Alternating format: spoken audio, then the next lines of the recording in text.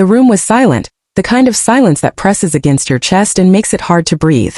I sat at the long mahogany table, my hands folded, staring at the lawyer across from me. He adjusted his glasses, cleared his throat, and slid a white envelope in my direction. Inside, a single piece of paper carried my future, a check for $45 million, the last thing my husband had left in my name. My fingers brushed against it, but before I could even lift it from the table, Ethan, my only son, snatched it out of my hands. He didn't look at me. He didn't thank me. He didn't even blink. Instead, with a smug grin stretched across his face, he held the check high enough for everyone in that room to see. And then, with the arrogance of someone who thought he had the world at his feet, he struck a match. The flame flickered, small at first, then hungrily devoured the edges of that paper. In seconds, $45 million turned to ash between his fingertips. Gasps filled the room. My heart should have shattered in that moment. But it didn't. I didn't scream. I didn't lunge forward. I didn't even beg him to stop. I just watched, calm as ever, a faint smile pulling at the corner of my lips. To anyone else, it might have looked like shock, or madness, or even surrender. But I knew better. I knew something no one else in that room understood. What he burned that day wasn't what he thought. And the smile on my face, it wasn't weakness. It was the quiet satisfaction of a woman carrying years of secrets, betrayals, and a truth carefully hidden until the perfect moment. He thought he had destroyed me. But in reality, he had only destroyed himself. And if you've ever felt betrayed by someone you love, don't scroll away now. This story will hit far too close to home, and you'll regret missing how it ends. When I think back to the beginning, it almost feels like another lifetime. Like the woman I was then belonged to a different story entirely. Richard and I met in the most ordinary of ways, yet the life we built together looked anything but ordinary. He was the kind of man people noticed when he walked into a room, tall, composed, with a voice that carried authority without ever needing to be raised. He had already built a reputation in business before I came along, and in those early years I was swept up in his confidence. To the world he was successful. To me, in the beginning, he was a partner who made me believe we could conquer anything together. We married quickly, not out of impulse but out of certainty. Or at least that's what I told myself. When Ethan was born, Richard held him like he had been waiting his whole life for that single moment. I still remember standing in the hospital room, exhausted but proud, watching them together. For a time it felt like the pages of a storybook. The three of us, a family everyone around us admired. Neighbors, colleagues, even casual acquaintances would often tell me how lucky I was. They said we looked like the perfect American family. Wealth, stability, a husband with a sharp mind, a beautiful home, and a child who, to them, represented the continuation of it all. People saw polished family portraits, smiling holiday cards, and dinner parties where we played the role flawlessly. But photographs have a way of capturing only what you want them to capture. Behind the polished smiles, cracks were already forming. Ethan was a bright child, but from the very beginning, he demanded more than we realized. When he wanted something, he expected it instantly, and when he didn't get it, his tantrums could shake the walls. At first, I thought it was typical childhood behavior, something time would soften. But Richard's approach set a pattern I would later regret. He believed our son should never feel deprived. If Ethan wanted the toy, he got it. If Ethan cried for candy, it was handed to him. And when I objected, Richard would dismiss me with a wave of his hand. "He's just a boy," he would say. "We can afford it. Why make life hard for him?" Those words sank deep into the foundation of our home, and little by little they changed Ethan. He grew accustomed to having without earning, expecting without asking, and receiving without gratitude. I saw it in the small things at first, the way he tossed aside gifts from relatives without so much as a thank you, or the way he looked at other children as if they were beneath him. But as he grew older, the entitlement grew with him. What troubled me most was Richard's blindness to it. My husband was too busy expanding his business empire to notice the shadow stretching inside our own household. I remember long evenings where Richard would come home late, his tie loosened, his phone glued to his ear, while Ethan sat at the table demanding attention I couldn't give all at once. I would try to speak to Richard about our son's behavior, how he snapped at me, how he showed no respect even in the smallest interactions, but Richard brushed it aside. He told me I worried too much, that Ethan would grow out of it, that we should enjoy the fruits of our labor rather than fret over discipline. To him, childhood was fleeting. To me, it was shaping a man I feared I wouldn't recognize one day. And yet, outwardly, the illusion persisted. We had the kind of house people envied, large, elegant, the lawn always perfectly trimmed. At community events, Richard was praised, Ethan was admired, and I was complimented as the woman who held it all together. But when the guests left and the doors closed, I felt a loneliness I couldn't quite put into words. My husband was present in body but not in spirit, and my son was slipping further from me with each passing year. I wanted to believe it was temporary, that life ebbed and flowed, and that my concerns were just the quiet anxieties of a mother who cared too much. But somewhere deep down, I already knew. What everyone saw as perfection was only a reflection, fragile, temporary, and dangerously misleading. As Ethan grew into adolescence, the distance between us widened. He began to speak to me not as a son to his mother, but as if I were an obstacle in his way. He questioned me with sharpness in his voice, rolled his eyes when I tried to guide him, and mocked my authority in subtle but stinging ways. And though it pained me, I couldn't deny that he had inherited his father's confidence, but without Richard's discipline or sense of responsibility. Where Richard worked hard, Ethan expected. Where Richard strategized, Ethan demanded. And where Richard built, Ethan destroyed. Still, Richard couldn't see it. He loved our son too fiercely, too blindly, to notice the storm he was becoming. Looking back, I realized that those years were the beginning of a truth I didn't want to face. We looked like the family others aspired to be, but what we really were was a house filled with unspoken tension and cracks spreading silently through the walls. Love was there, but it was unbalanced. Attention was there, but it was misdirected. And as much as I longed for the closeness of a family that truly saw one another, I was left with a husband consumed by business, a son consumed by greed, and myself, standing in the middle, trying to hold together the pieces of a life that was slowly slipping through my fingers. By the time Ethan reached adulthood, the patterns I had feared were no longer small cracks in the surface. They were fault lines splitting the foundation of who he was becoming. What began as tantrums over toys had grown into demands for cars, clothes, and cash. He moved through life with the certainty that every door would open for him, not because he earned it, but because he believed he deserved it. And as much as it hurt me to admit, that belief was one his father and I had unintentionally nurtured for years. When Ethan started college, I hoped distance and independence would shape him into the man I prayed he would be. But almost immediately, the phone calls began, late nights filled with requests for more money, urgent pleas disguised as emergencies, explanations that never added up. Tuition had been paid in full, housing was covered, yet somehow Ethan always claimed he needed more. At first, I wired the funds quietly, convincing myself he was just adjusting, that he would find his balance.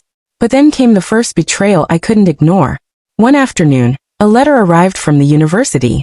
Ethan had been suspended, not for academics, but for behavior. The details cut me deeply: fights, reckless partying, a trail of debt left behind in his name and mine. He had lied, assuring us all semester that classes were fine, that grades were good, that he was thriving. But the truth was far uglier. When I confronted him, his reaction was not shame but defiance. He sneered at me, accusing me of spying, of never trusting him. I can still hear the sharpness in his voice, words spoken not like a son to his mother, but like an adversary spitting venom. Richard stood behind him then, tired, stressed, but still protective. "He's young," Richard told me softly afterward when Ethan stormed out. "He'll grow up. Give him time." But time didn't change Ethan, it hardened him. And what unsettled me most was how easily Richard excused behavior that tore me apart. The betrayals grew subtle and sharp. I noticed missing jewelry, small amounts of money disappearing from my purse, credit card charges that I hadn't made. When I questioned Ethan, he denied it with such conviction that for a fleeting moment, I doubted myself. But the pattern was undeniable. Then came the night that haunts me most vividly. I had been invited to a dinner hosted by one of Richard's colleagues. Ethan arrived unexpectedly with friends, loud and careless. In the middle of the evening, he mocked me, his own mother, in front of people who respected our family. He laughed at my dress, called me outdated, made a show of rolling his eyes whenever I spoke. Laughter from his friends echoed, burning through me in a way I'll never forget. It wasn't just disrespect. It was humiliation, delivered in public, designed to make me small. That night, I lay awake staring at the ceiling, asking myself where I had gone wrong. I thought of the boy I held in my arms in that hospital room years ago, and I tried to trace the line from that innocent infant to the man who now looked at me with disdain. Mothers often carry the blame in silence, wondering what they could have done differently. And though Richard began at last to notice the sharp edges of Ethan's character, he still clung to excuses.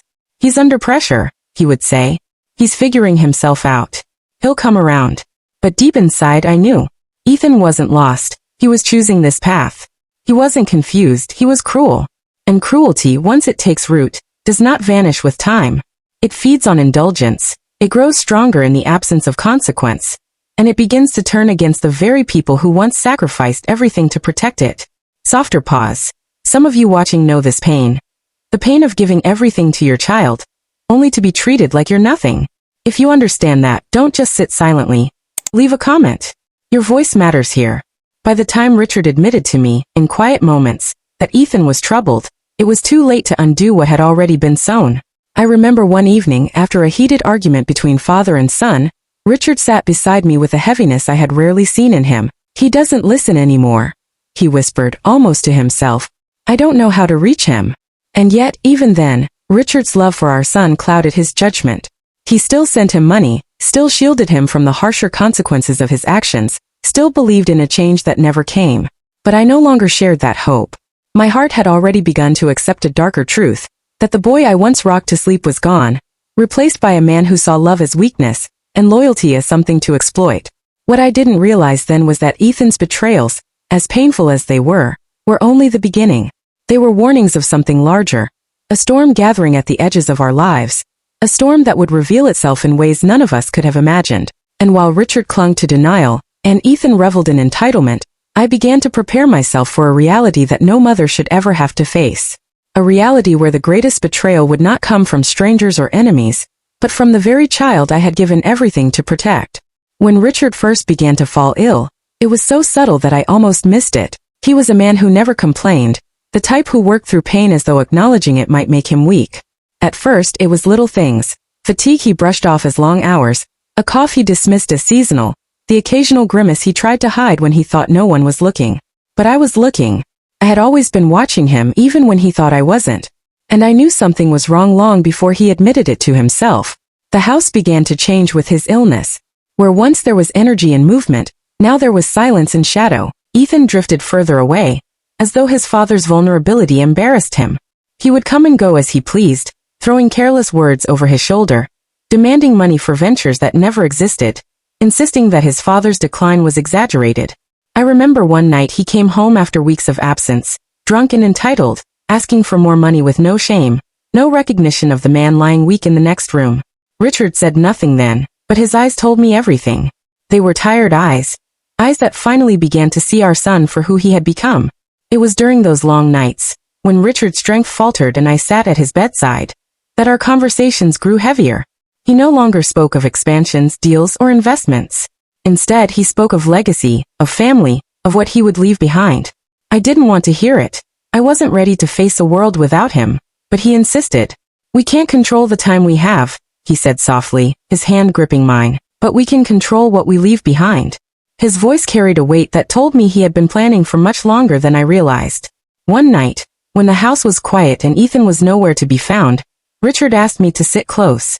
His breathing was shallow, his hand cold against mine, but his eyes burned with a clarity that startled me. He leaned in, and his words came out like a confession he had been holding for years. There is something you need to know, he whispered. About the will. I felt my heart quicken, fearing what he might say. Ethan believes everything will go to him one day, but he doesn't know the truth. What he will see when I am gone is not what he thinks it is. I frowned, confused, but he continued. I created something, a decoy. A piece of paper that will test him. And if he shows his true colors, you will see them clearly in that moment.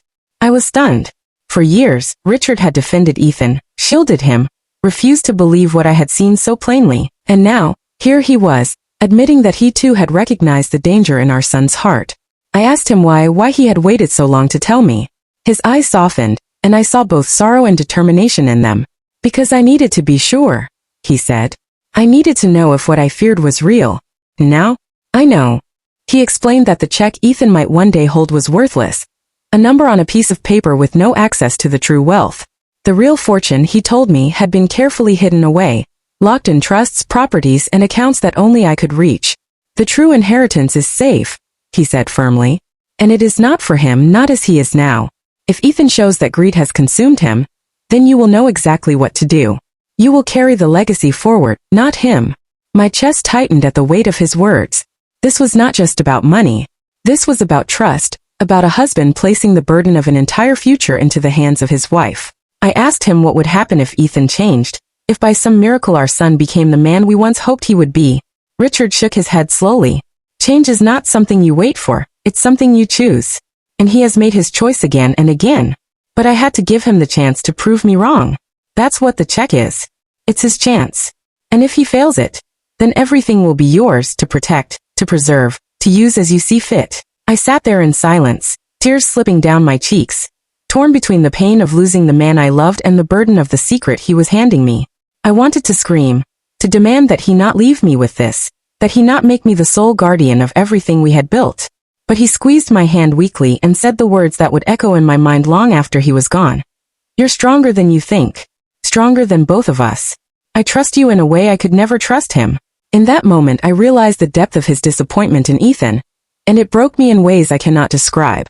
For all the wealth Richard had built, all the power he had commanded, his greatest dream had been simple, to pass it on to a son who could carry it with honor.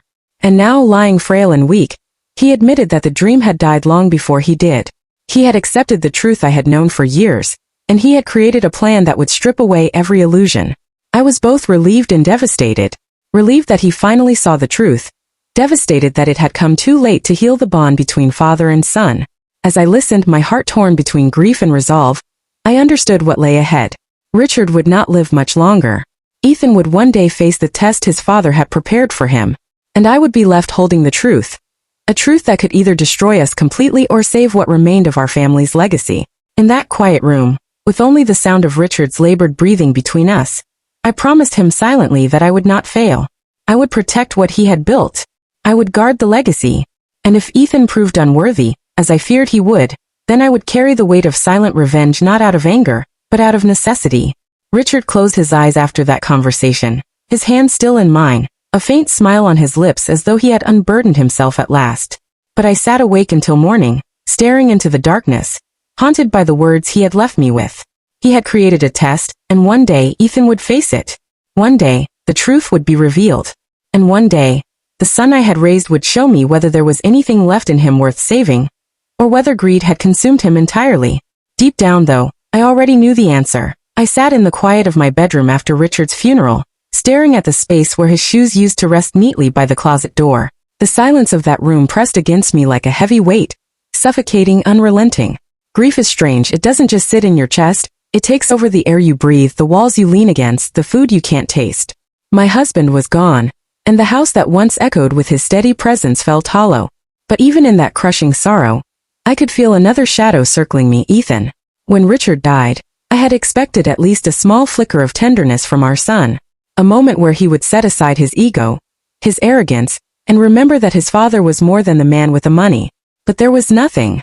No tear sliding down his cheek. No whisper of gratitude for the years Richard had sacrificed for him. Instead, he came to me 2 nights after the burial, leaned against the doorway of my room and said almost casually, "So what did Dad leave us? How much are we talking about?" I remember looking at him, numb.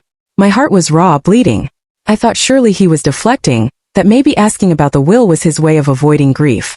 But the glint in his eyes was unmistakable. He wasn't thinking about Richard as a father, or me as a grieving wife. He was thinking about houses in Malibu, cars that purred like wild animals, vacations where he could flaunt his wealth to people who never cared about him. I told him it wasn't the time, that we needed to let Richard rest before turning to legalities. He scoffed, actually scoffed, and said, "The dead don't care, Mom. Money doesn't wait." Then he walked away. That sound, his footsteps fading down the hallway, was colder than the dirt that had just been thrown over his father's grave. The days that followed only widened the distance between us. I cooked meals I barely touched, and Ethan didn't even sit with me at the table. Instead, he invited his friends over, laughing in the living room while I mourned upstairs. I heard him bragging once, his voice booming through the walls. "Once I get the money, I'll never have to worry about anything again." The words cut through me. He didn't say we. He said I. It was as though I didn't exist, as though the decades I had poured into him were invisible. But what he didn't know, what he couldn't possibly imagine, was that Richard had prepared me for this moment. His secret, whispered in the quiet of our bedroom months before his death, was the lifeline I clung to. Richard had known Ethan's heart, or at least suspected it. And he had woven a plan, one that protected what truly mattered. The check Ethan was so desperate for was never meant to be the end. It was only ever a test. I carried that secret like a weapon hidden under my grief. I let Ethan's coldness wash over me. Let him think I was weak, broken, helpless. I didn't fight when he dismissed me, didn't argue when he called me too emotional. I just listened, nodded, and let him dig his own grave with every selfish word that spilled from his mouth. Then one afternoon the phone rang. The voice on the other end was firm, professional, and oddly heavy with the kind of tone that comes with life-altering news. "Mrs. Montgomery," Richard's lawyer said, "it's time. The will is ready to be read. We'd like you and your son to come in." My breath caught. This was it, the moment Richard had prepared me for. The moment that would reveal not just what Ethan wanted, but who Ethan truly was. That night, as I lay in bed, I replayed Richard's voice in my mind, the secret, the warning, the trust he had placed in me. I felt grief claw at me, yes, but beneath it, a steel resolve was forming. Ethan thought the inheritance would give him everything he had ever wanted. He had no idea that what he was about to do would strip him of everything he had left. The next morning, I stood in front of the mirror and caught a glimpse of myself, not just the widow, not just the grieving mother, but the woman Richard had trusted to protect the truth. My reflection looked back at me with quiet determination. I straightened my shoulders, wiped away the last of my tears, and whispered, "Let him show me who he really is." And deep inside I knew, what happened in that lawyer's office would not just change Ethan's life. It would seal his fate. It's heartbreaking, isn't it? To lose the person you love, and then realize the only family left doesn't even see your pain. If you've ever been through loss, at least honor your story by hitting the like button, because too many people suffer in silence. The day of the will reading arrived with a weight that pressed on my chest from the moment I opened my eyes. The sky outside was gray, heavy, as though it too understood the gravity of what was about to unfold. I dressed in silence, every movement deliberate, my hands steady even though my heart thundered with the knowledge of what was coming. I wasn't afraid. No, there was something almost electric humming through me, a strange calm laced with anticipation. When Ethan arrived at the house, he didn't look at me. He didn't ask if I had slept, if I had eaten, if I was ready. Instead, he adjusted his designer watch, checked his reflection in the hall mirror, and said, "This is it, Mom. Today changes everything." His tone wasn't reverent or cautious. It was greedy. My lips curved slightly, but I said nothing. Words were no longer necessary. At the lawyer's office, the air was thick, like walking into a chamber of secrets. The receptionist greeted us softly, her eyes darting between Ethan's restless posture and my composed stillness. She led us into the conference room, a polished mahogany table stretching out like a battlefield. The lawyer, Mr. Reynolds, sat at the head of it, his gray suit sharp, his eyes kind but guarded. Stacks of documents lay before him, neatly aligned, waiting. There were a few other family members present, distant cousins Richard had named in smaller bequests. They sat quietly respectful, their grief subdued but present. Ethan, on the other hand, barely acknowledged them. He paced the room, his fingers tapping impatiently against the back of a chair. Finally, Mr. Reynolds cleared his throat. "We are here today to execute the last will and testament of Mr. Richard Montgomery." His voice was measured, professional, each word deliberate. He began with the formalities, smaller distributions to extended relatives, charitable donations to causes Richard had quietly supported. Ethan shifted in his seat, rolling his eyes at every mention that didn't include him. Then Mr. Reynolds paused, his gaze flicking to me before continuing. "And now to his beloved wife, Margaret Montgomery, Richard leaves the sum of $45 million. The room seemed to inhale at once. Gasps echoed softly, and even I felt a chill ripple down my spine, not from the number itself, but from the weight of what I knew it truly meant. Ethan's eyes widened, his entire face lit up like a man who had just struck gold. He leaned forward, nearly snatching the folder from Mr. Reynolds' hands before it had even been fully slid across the table. $45 million, he whispered, his voice trembling with excitement. Unbelievable. Mr. Reynolds handed me the check. It lay heavy in my fingers, the paper crisp, the ink fresh, a symbol of everything Richard had planned. I held it delicately, reverently, not because of the number, but because of the truth it carried. The truth Ethan would never understand. But Ethan didn't see reverence. He saw opportunity. He saw possession. He reached across the table, snatched the check from my hand with a force that made the cousins gasp. "This belongs to me," he said, his voice loud, arrogant, dripping with entitlement. "You don't deserve this, Mom. You never did." I watched him, my face calm, my heart steady. He waved the check in the air like a trophy, his grin wild. Then, in a moment that sucked the air from the room, he pulled a lighter from his pocket. With a flick, a flame danced to life. "No," one of the cousins gasped. "Ethan, don't." But Ethan only laughed. "You think I care about a piece of paper? This. He held up the check, the firelight flickering against it. This is just proof that I win, and I don't need Dad's scraps to prove it. The flame touched the edge of the check, and in an instant it caught. The paper curled, blackening, turning to ash as the fire consumed it. Gasps filled the room. Chairs scraped against the floor, but Ethan only stood there, triumphant, watching the inheritance vanish in a blaze of arrogance. I sat perfectly still, my hands folded in my lap, a faint smile tugging at my lips. To anyone watching, it must have seemed bizarre, even insane, that I wasn't leaping forward to stop him. But inside I was serene, because I knew what Ethan didn't. As the last of the check crumbled to ash and fell to the carpet, I let my inner voice whisper the truth to me. The truth Richard had entrusted me with. Let him burn it. Because what he destroyed was nothing. The real fortune was safe, untouchable, hidden beyond Ethan's reach. The true inheritance Richard left wasn't sitting on that table in a piece of paper. Ethan had just destroyed a decoy, a shadow of what he thought he deserved. And in that single reckless act, he revealed himself fully.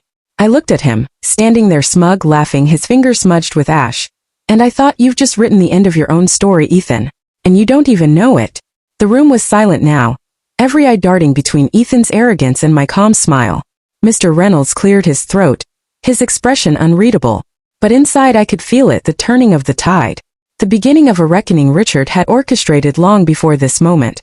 And for the first time since Richard's death, I felt no grief, only clarity. Ethan thought he had won.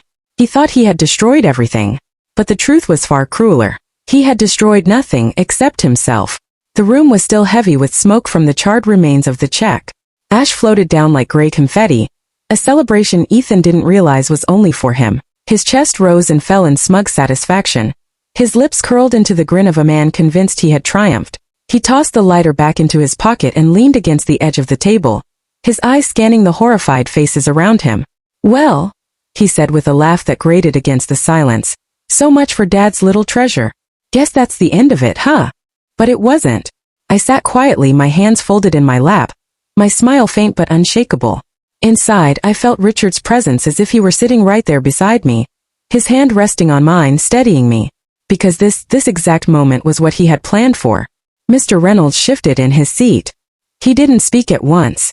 Instead, he adjusted his glasses and let the silence stretch, as though giving Ethan time to enjoy the illusion of his victory. Finally, his voice broke through. Calm, clear, heavy with weight. Mr. Montgomery, he said, his eyes fixed on Ethan. You should know something before you celebrate. Ethan frowned, his smug grin faltering. What do you mean? The money's gone. She's got nothing now. He jabbed a finger toward me, his tone sharp, almost desperate to convince himself as much as everyone else. But Mr. Reynolds didn't flinch. That check you just destroyed was symbolic. A ceremonial representation, nothing more. The actual assets, every account, every trust, every property, remain intact. And those assets are locked in a legal structure that only your mother has the authority to access. You burned nothing of value, except the only chance you had to prove yourself. The air shifted. The cousins' faces turned toward me, eyes widening, as if suddenly they understood why I had sat so calmly while millions burned to ash. My smile deepened, though I said nothing. Ethan's face drained of color. You're lying. His voice cracked, and he pushed off the table, his bravado cracking around the edges. That check was real. It had to be. You, he jabbed at Mr. Reynolds, his voice rising. You're covering for her. Mr. Reynolds' expression never wavered. I assure you, I do not cover for anyone. Your father instructed me explicitly to create safeguards. He anticipated arrogance. He anticipated rashness. And I'm afraid, Mr. Montgomery, you have just proven him correct before every witness here today. A hush fell over the room. Ethan's fists clenched, his breath coming fast and shallow. He looked at me, his eyes burning, as if somehow I had betrayed him. But I only met his gaze with calm silence, letting him see the truth in my expression. This was his doing, not mine. Inside, my thoughts moved slowly, deliberately. Richard knew you, Ethan. He knew the man you would become. And instead of handing you the keys to a kingdom, he left you a test. A chance. A single moment to prove you could respect what was entrusted to you. And you failed. The irony struck me with sharp clarity. Ethan had thought he was destroying my fortune. In reality, he had destroyed the only bridge left to his own redemption. He hadn't robbed me, he had robbed himself. One of the cousins whispered under her breath. My God, he burned it for nothing. Ethan's jaw tightened, and his eyes darted around the room, desperate to claw back dignity. This is ridiculous. Dad would never cut me out. He wanted me to have everything. He told me so. But his words sounded hollow now, collapsing under the weight of the truth. The lawyer's voice carried again, low but unrelenting. Your father wanted his legacy to be preserved. And Margaret, your mother, was chosen as the steward. That was his decision. And today, in front of witnesses, you've confirmed why he made it. Silence. It pressed against Ethan until he could no longer stand still. He slammed his fist against the table, the sound echoing off the mahogany walls. This isn't over, he shouted, his voice hoarse. You'll regret this. Both of you. But I didn't flinch. I didn't argue. I simply sat there serene, watching him rage as though he were a child throwing a tantrum over a toy he'd already broken. My silence was louder than any accusation, louder than any insult I could have hurled, because it wasn't me he had to fight. It was the truth, the unshakable design Richard had left behind. And the truth would not bend. As Ethan stormed toward the door, his footsteps harsh and uneven, I felt a strange peace wash over me, the kind that comes not from vengeance delivered in fury, but from justice that arrives quietly, inevitable, like dawn. You wanted to humiliate me, Ethan. You thought burning that check would reduce me to nothing. But in the end it only revealed everything about you. Your greed, your arrogance, your unworthiness. And the sweetest part of it all, you condemned yourself in front of witnesses, without me lifting a finger. My mind repeated Richard's words from years ago, words he had whispered one night when Ethan's selfishness had first begun to show. Sometimes, Margaret, silence will cut deeper than shouting. Let him bury himself. And when he does, all you need to do is watch. And so I did. The room was still heavy, but the weight was no longer mine to carry. It was Ethan's. His shoulders sagged under it as he slammed the door behind him, leaving only the echo of his failure. I exhaled, slow and steady, my eyes drifting down to the ashes scattered across the carpet. They were the perfect metaphor. Remnants of nothing. This, I thought, my lips barely moving, is where betrayal turns into justice. If you believe in karma, and that people always pay for what they do, don't just watch quietly. Subscribe now, because stories like this remind us all that silence can be the loudest revenge. And in that moment I knew, my revenge was already complete. When the truth finally began to seep into Ethan's bones, it wasn't graceful. It was ugly. He stormed into my home one late evening, his fist slamming against the mahogany door so hard I thought it would splinter. His face was flushed red, his eyes wild, like an animal cornered. Mom, he shouted, his voice breaking. What did you do? I stood in the living room, calm as the storm raged before me. I didn't flinch. Not once. I had seen this man, the boy I once held in my arms, throw tantrums over toys, over cars, over money. But this was different. This wasn't a tantrum. This was the cry of someone who had burned his only bridge, and now found himself stranded. He threw his hands in the air, pacing, shouting.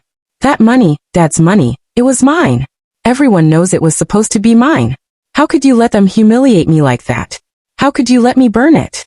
I looked at him steadily, my voice low but cutting. You didn't burn it, Ethan. You burned yourself. You burned the last shred of respect anyone in that room had for you. He stopped pacing. His chest heaved, his eyes darting around as though searching for an escape. No, he muttered, shaking his head. You set me up. This was your plan all along. I let out a long breath and finally gave him the words his father had left me with. Words that had carved themselves into my soul, the night Richard whispered them on his deathbed. Your father left everything to me, I said softly, because he knew you would burn your future with your own hands. And you proved him right, Ethan. The silence that followed was heavier than his screams. His mouth opened but no words came. For the first time in years I saw not arrogance, not entitlement, but fear. Pure trembling fear. I continued, my voice steady, unwavering. Richard shifted the wealth slowly, piece by piece, long before his sickness took him. Businesses, properties, accounts, all secured in my name. Not because I asked for it. Not because I wanted it. But because he saw what I refused to admit. He saw you, Ethan. He saw what you had become. His knees seemed to buckle, and he collapsed into a chair, burying his face in his hands. So that's it? You're just going to leave me with nothing? His voice cracked like a child's. I felt my heart twist, not because of pity but because of recognition. This was the boy I had raised, the one I once sang to sleep, the one I had carried through fevers and nightmares. And yet, here he was, broken not by life's cruelty, but by his own greed. You left yourself with nothing, I whispered. When you mocked me, when you lied, when you humiliated me in front of your friends, When you set that check on fire thinking you were untouchable, that wasn't me taking from you. That was you proving who you are. His head shot up, eyes blazing. I'll fix this. I'll fight you in court. I'll make sure the world knows what you did. I almost smiled, but instead I simply shook my head. Go ahead. Every lawyer, every witness, every friend who saw you that day will remember one thing. You burning your inheritance, laughing while you did it. No court in this country will save you from yourself. He looked like a man unraveling. The anger in his face gave way to despair, and the despair gave way to something even worse, emptiness. He had no money, no power, no allies. His reputation had already begun to crumble, whispers of his arrogance spreading like wildfire through the community. Business partners distanced themselves, old friends turned away. His own reflection had become his greatest enemy. I sat down across from him, leaning forward, my voice calm but sharp as glass. You wanted wealth. You wanted power. But your father left you something far more valuable, a chance. And you burned it. Do you understand now? He didn't rob you. You robbed yourself. His hands trembled, his lips quivered. And for the first time in his life, Ethan had no words.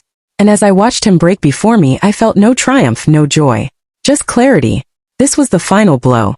Not one I had dealt with my hands, but one he had delivered to himself. And that perhaps was the cruelest justice of all. When the house fell silent that night, after Ethan stormed out with nothing but his rage to keep him company, I sat alone in the quiet of my living room. The ticking of the clock on the mantel sounded louder than usual, as if it were reminding me that time doesn't stop for broken hearts. Not for his and not for mine. I leaned back and let the memories wash over me. There was a time when Ethan's laughter filled these walls, when his small hands clung to mine with trust, when he would fall asleep on Richard's chest and I would watch, believing with all my heart that our family was unbreakable. I had spent years convincing myself that the boy I raised was still inside the man who now only looked at me with resentment. But the truth, the bitter truth, was that I had lost him long before Richard's death. Motherhood is a cruel paradox. You give everything, your body, your love, your years, and still there is no guarantee of who they will become. You can raise a child in warmth and sacrifice, but in the end they choose their own path. And Ethan chose arrogance. He chose betrayal. He chose to see me not as a mother, but as an obstacle between him and his greed. I mourned him. Not the man who stormed into my house demanding money, but the boy I once sang lullabies to. The boy who used to kiss my cheek and whisper, "I love you, Mom." That boy had died years ago, buried beneath layers of entitlement and resentment. And as much as it broke me, I had to accept that. But in losing him, I found something else. Strength. The kind of strength Richard saw in me long before I ever believed it for myself. He had trusted me, not just with his fortune, but with his legacy. And while Ethan thought he was destroying me at that will reading, he was only proving what Richard already knew. That silence can be sharper than any sword, and patience can be the deadliest form of revenge. I realized then that money was never the true inheritance. It was resilience. It was dignity. It was the ability to stand tall even when the person you love most betrays you. That was the gift Richard left me, the gift Ethan never saw, and the gift I will carry until my last breath. And so when I look back on that day, the day Ethan set that check on fire, smirking as though he had won, I don't see loss. I see clarity. He thought he burned $45 million. What he really set on fire was the last bridge between us. And me? I walked away, richer in silence, stronger in truth. Don't just leave this story here. Share it, because someone out there is living the same pain right now, and needs to know they're not alone.